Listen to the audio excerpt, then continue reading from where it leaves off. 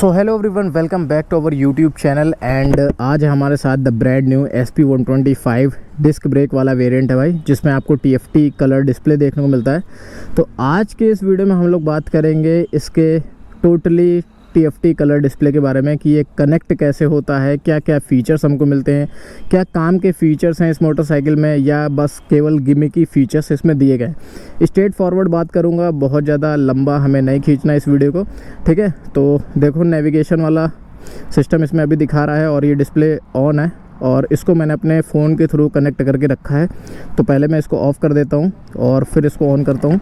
तो जैसे ही मैं इसको ऑफ़ करता हूँ तो एक आवाज़ आती है इसमें कि ये ऑफ़ हो गया। अब जैसे ही मैं ऑन करूँगा तो आप सुनना,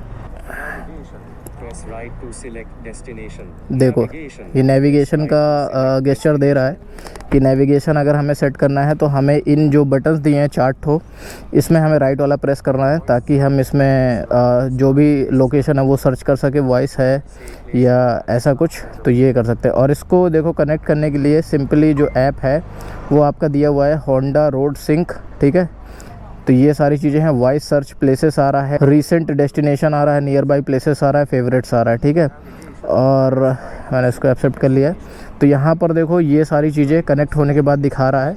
तो यहाँ पर हमें जो है म्यूज़िक मिल रहा है, जिसको जैसे मेरा एप्पल का फ़ोन है तो यहाँ पर एप्पल म्यूज़िक चलेगा और कौन सा म्यूज़िक बज रहा है वो भी दिखाएगा, और उसको आप वॉल्यूम वगैरह डाउन अप कर सकते हो अगर आपके पास वैसा वाला हेलमेट है तो। और इसके बाद ये वॉल्यूम वाला सेक्शन दिया हुआ है, ठीक है।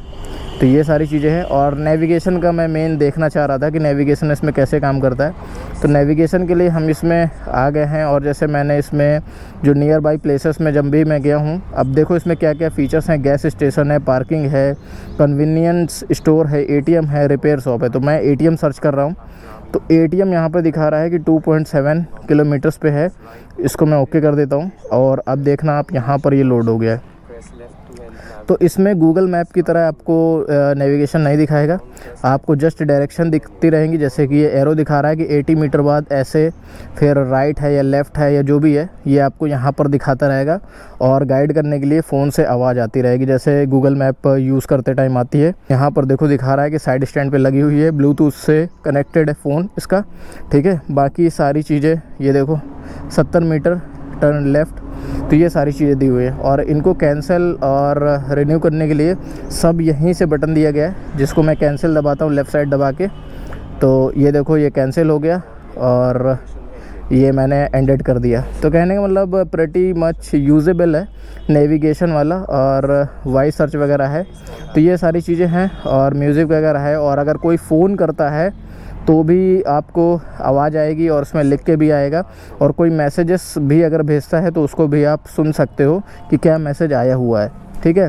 तो कहने का मतलब यार है तो इसमें काम की चीज़ें, ऐसा नहीं है कि यूजेबल नहीं है। और सही बताऊँ ना, जब आप लंबे ड्राइव करते हो ना मोटरसाइकिल को और आपका फ़ोन जो है पॉकेट में पड़ा रहता है और कोई फ़ोन कर देता है, हो सकता है कभी कभी अननेसेसरी फ़ोन भी आते हैं जिन्हें हमें नहीं पिकअप करना है, तो उसके लिए भी हमें गाड़ी रोड में लगानी पड़ती है। फिर हम जेब से फ़ोन निकालते हैं, फिर देखते हैं कि अरे यार इसका फ़ोन आया, नहीं उठाना था।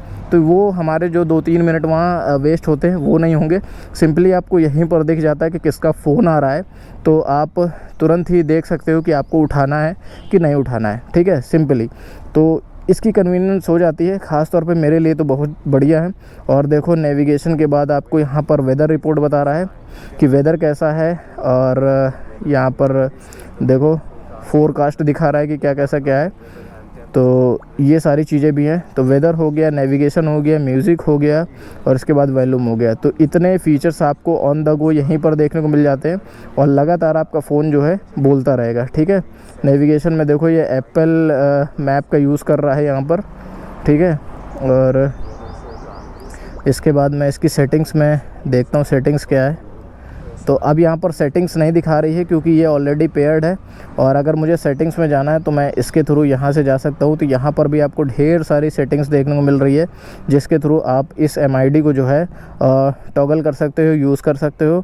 और जो परमिशंस वगैरह हैं वो सारी चीज़ें, back to menu after 15 second वगैरह, ये सारी चीज़ें मतलब जो आपके डेली टू डेली यूज़ में यूज होने वाली हैं वो सारी की सारी दी हुई है। तो कहने का मतलब मुझे ये जो सिस्टम है ना, मुझे अच्छा लगा, क्योंकि अब होंडा ने क्या किया है, SP125 है, एक्टिवा 110 है, एक्टिवा 125 है, आपकी NX 200 है, हॉर्नेट 2.0, सब में ये वाला डिस्प्ले दे दिया है और ब्लूटूथ कनेक्टिविटी के साथ आ रहा है। तो भाई मज़े हैं अब, ठीक है। हालांकि प्राइस बढ़ चुकी है, लेकिन देखा जाए तो मेरे अकॉर्डिंग यार वर्थ इट है अगर आप ड्राइव वगैरह ऐसे कुछ करते हो। लेकिन जिनका जनरल काम है अपने लोकल एरिया पे, तो उनके लिए ये ज़्यादा यूज़फुल नहीं रहेगा, वो सिंपल वाला वेरिएंट के साथ जा सकते हैं। तो होपफुली आप लोगों को ये इन्फॉर्मेशनल वीडियो पसंद आया होगा।